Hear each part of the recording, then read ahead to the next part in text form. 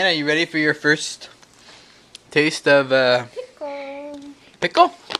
And tuna fish. See how this works out for you. Try it. Oh, give it a crack. Yeah, make her eat the pickle first. Go. I haven't done. Yummy! Here.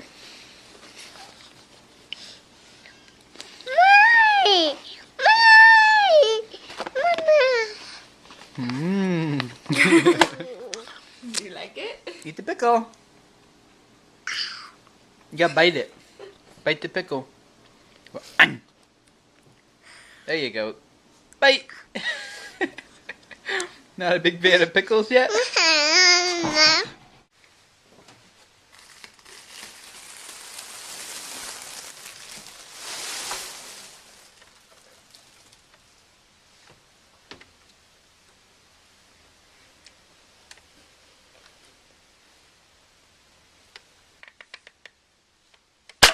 Oh, the likelihood of me hitting one of the really thin rails and not making it through the hole.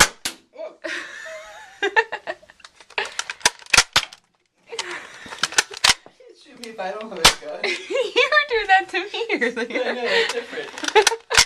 Why?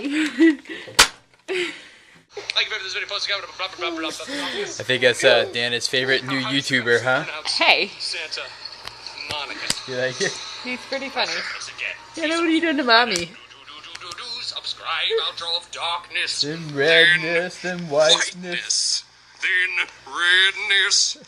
Good Lord, been more whiteness. You guys watch Toby? He's pretty funny.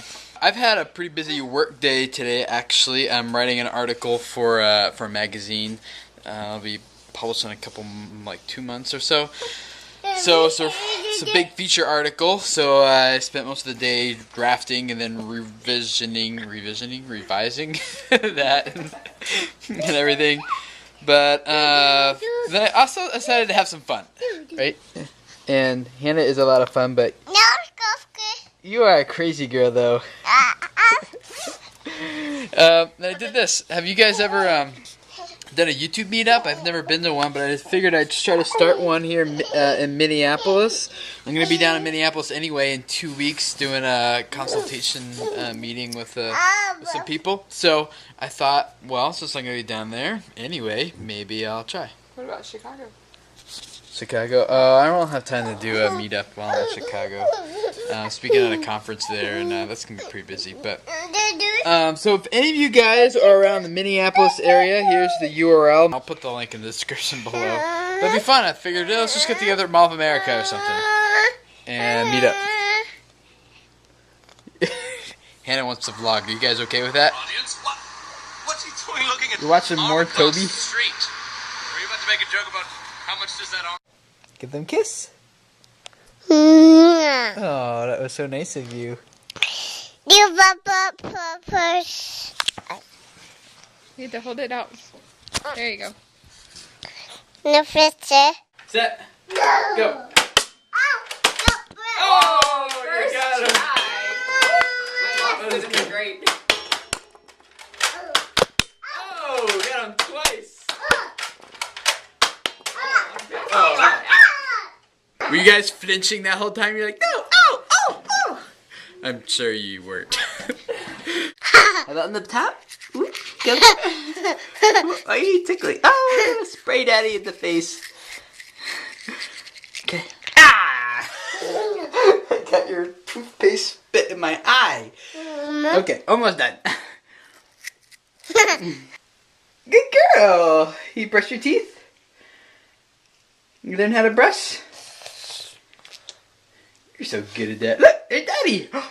Since I worked most of today and didn't get a lot of vlogging material in, we figured we would do story time. Last time I worked all day, I told you a story about my shirt that says "My wife is a hot mom." That sweatshirt, and you guys seem to like it. So here's what we're doing today. Dana is going to pick a random picture out of this photo album. Or we could just tell your whole life. In 1980, No. She's just going to pick one picture, and then I have to tell you guys the story behind it. Hi, big guy. How you doing? Yeah, you doing pretty good? Oh, you want to eat those people? You can eat them? Jenna didn't find a picture in that photo album that she wanted me to talk about, so now she's looking through all the old pictures through iPhoto. See if she can come up with something. While Zeke and I sit here and talk. Right? Yeah, because you're so much fun to talk to, little man. Back in 2001, I believe it was, I had just sold a whole bunch of laptop parts on eBay and was looking for a small narrow box to ship like a laptop screen in. And so I went down to my garage and started hunting around, and my dad had like a whole bunch of different shelves in our garage, and I was just digging through them looking for some stuff for a box. And I found this box that looked like it worked perfectly. It was up on a top shelf really high up, and I opened it up, and this is what was inside one of them. The printing press cut plates to the Rolling Stones vinyl LP album. You know, like back in the day when they had the old printing, like where the ink would roll on and the paper would kind of, compress down on top and then, print. And then, so I found that one. Then I found another one, and this one is actually introducing the Beatles. And I was like, where did these things come from? So here's one with the actual paper with it, the actual sample of what it would print. My grandfather was a printer, and I knew that. It's fourth generation of printers in Pennsylvania. And I guess what they used to do, rather than like printing everything in one place and then mailing it everywhere like they do today, they used to send blueprints to different printers to print and then distribute them locally, from what I understand. And so my grandfather is actually one of the printers who printed the Beatles and the Rolling Stones albums here in the U.S. And so usually, here's another picture of the Rolling Stones ones. Usually he would recast the metal, and he wouldn't save them because he would use it for other projects. But this one he just felt like he should hold on to and save. And he did, and somehow they ended up in our garage. I tried to find out what they were worth, but I contacted like Christie's in London and New York and all these different antique places, and no one had ever seen anything like it before. So no one knew like what their worth was. So eventually, I just ended up putting it on eBay. And I don't remember how much exactly I sold them for, but I remember I offered the money to my grandfather first, since they were, his plates that I found in our garage. Wait. Yes. Did you ask him if you could sell them before you got the money for it? I don't remember, but I remember that I offered him the money, and but I knew he wouldn't take it. So it's kind of one of those things, like when you bought one of your friends that was. Oh yeah, I was invited to go to this girl's birthday party. I was like 8 or 7 or something, and so I bought her a brand new pocket knife because I knew she wouldn't want it, and she'll give it back to me, and then I would have a new pocket knife, and it worked perfectly. I left the party with my pocket knife, but anyway, so I offered the money, didn't take it, and I used it to buy the car that I'm actually still driving today.